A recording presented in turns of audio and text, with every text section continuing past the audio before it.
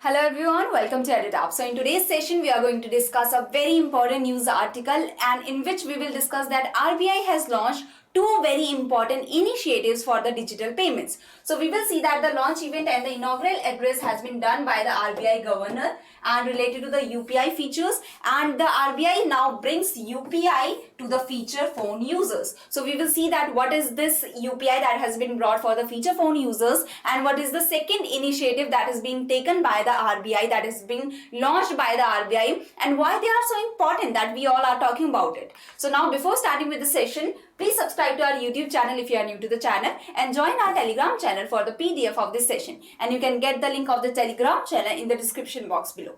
So now starting with the announcements of the RBI governor, that is the RBI governor has announced the launch of the UPI for feature phones called UPI 123 Pay. So UPI has been launched for even the feature phones, that is the keypad phones. Until now, only the smartphone users were able to use the UPI in their phones. Okay, but now even for the feature phones, even for the keypad phones, the UPI has been launched, that is 123 Pay, UPI 123 Pay. Okay, and this will work even without the internet connectivity. So this will even further expand the financial inclusion that RBI and the government wanted to always do. Okay, in the past some years we have seen that in past 3 years more than 50 initiatives has been taken by the RBI so that the financial inclusion can be brought, so that the digital transactions can be expanded to the even the furthermost areas of our country. Okay, in COVID we saw that the digital transactions has seen a boom into our country, and so fast we are moving towards the digital transactions, we are moving towards the digital economy. So this kind of initiative further the RBI's motive of expanding the financial inclusion. Okay, so even for the feature phone, even for the keypad phone, the UPI will be available, and that also, and further adoption of digital transactions in the countryside, in the rural areas will be possible. That is, without internet connectivity the UPI will be possible, without smartphones the UPI will be possible.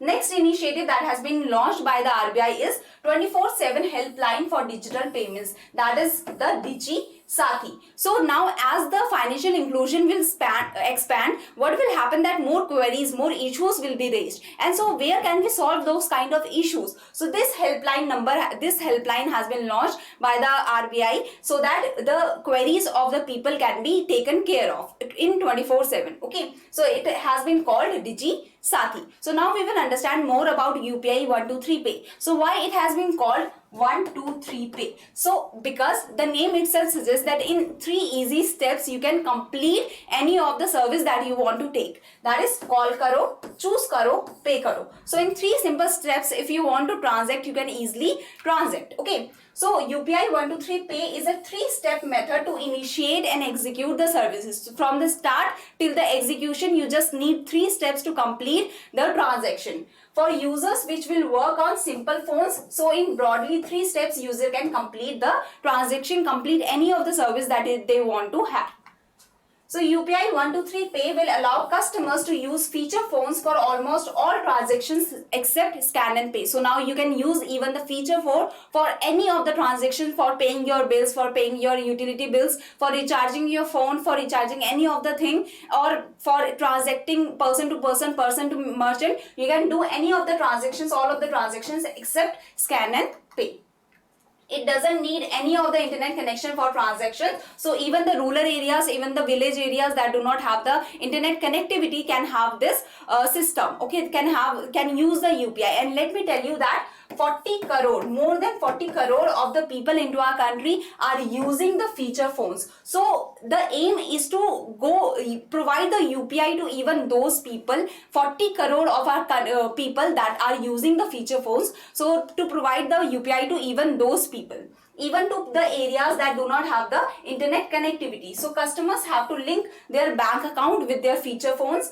to use this facility and set a unique UPI pin. So if you want to transact, if you want to use the three simple methods to start, to initiate and execute the transaction, before that you have to connect your feature phone with the banks and you have to set a unique UPI pin using your debit card information. Okay, so this is the call, you can call on this number and then you can select the mode of transaction, what you want to transact. You want to recharge, you want to pay to the merchant, you want to pay to the person, and then you just have to enter the UPI pin to pay. So this is the IVR number. So this is the IVR number. So is it only possible through the IVR number? No, there are 4 different technology alternatives, 4 different methods through which you can actually pay in the through which you can actually do the host of transactions. So feature phone users will now be able to undertake a host of transactions based on 4 technology alternatives. So you are not only using the IVR number, but there are many different methods that you can use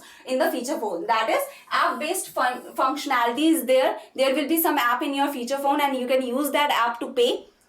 Missed call, by dialing a missed call on the number displayed at the merchant outlet, you can use that service and you can transact through that system also.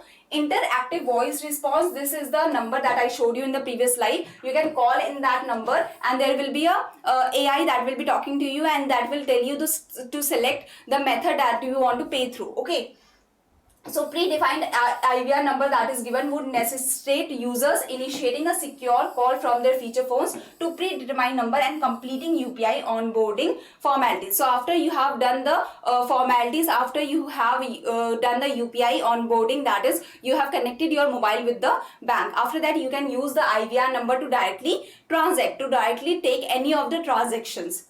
Proximity sound based payment is also there. This is technology employs sound waves to enable contactless transactions, offline transactions. So these are the 4 different methods through which you can use the UPI to pay, and we can say the IVR number is said to be the easiest way through which you can take any of the transaction, do any of the transaction through the feature phone. So these are the transactions that you can do. That is money transfer, you want to pay your utility bills, LPG gas refill, FASTag recharge, mobile recharge, EMI payment, balance check. Even if you want to change your UPI pin, you can do that through the feature phone. So such users can initiate payments to friends, family, pay utility bills, recharge, pay mobile bills, allow users to check account balances also.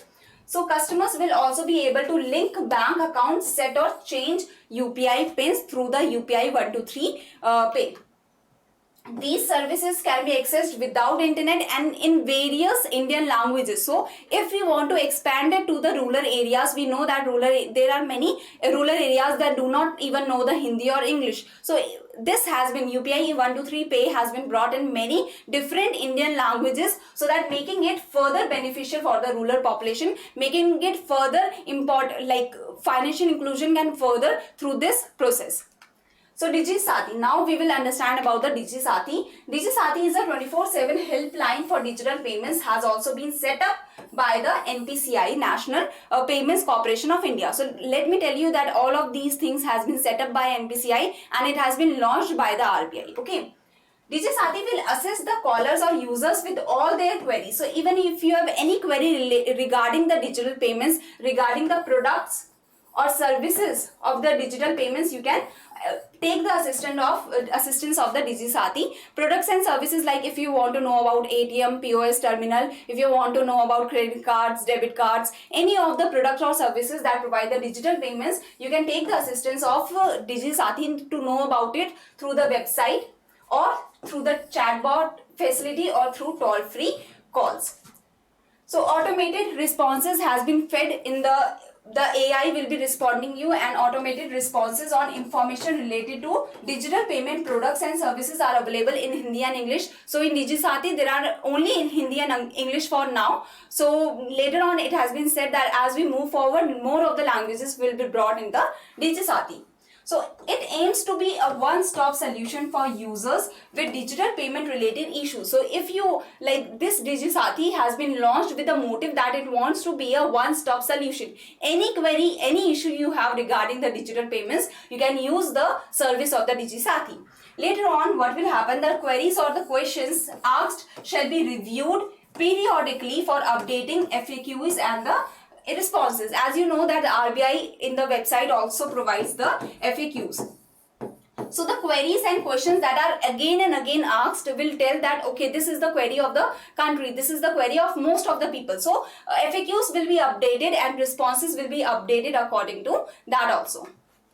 So next is users can visit this website or call on this number from their phones for their queries on digital payments and grievances. So the numbers has been provided, the website, you can chat with them on the digisathi.info. So the website has also been provided, which is a 24/7 helpline. Digisathi is backed by artificial intelligence technology, and it is designed in a way that as more and more questions are asked, more and more answers will be fed, and in this way it is designed to become more intelligent along its life cycle, with more languages to be added going forward. Okay, so for now Digisathi is only for Hindi and English, but later on more and more languages will be added into it. Okay. So now this is the question that what is the name of the 24/7 helpline and who has set it up? Let me tell you who has set it up. So you have to give the answer, and very easy for you to answer now. These are the people that have given the right answer of the previous session question. Shivam, Pinada, Arvind, Abhinav, Muthu, Anshu, Neeraj, Praneeth, Sonia and Malay. Well done you guys, and thank you very much. If you have any query, you can mail us here or you can contact us through this number. Thank you.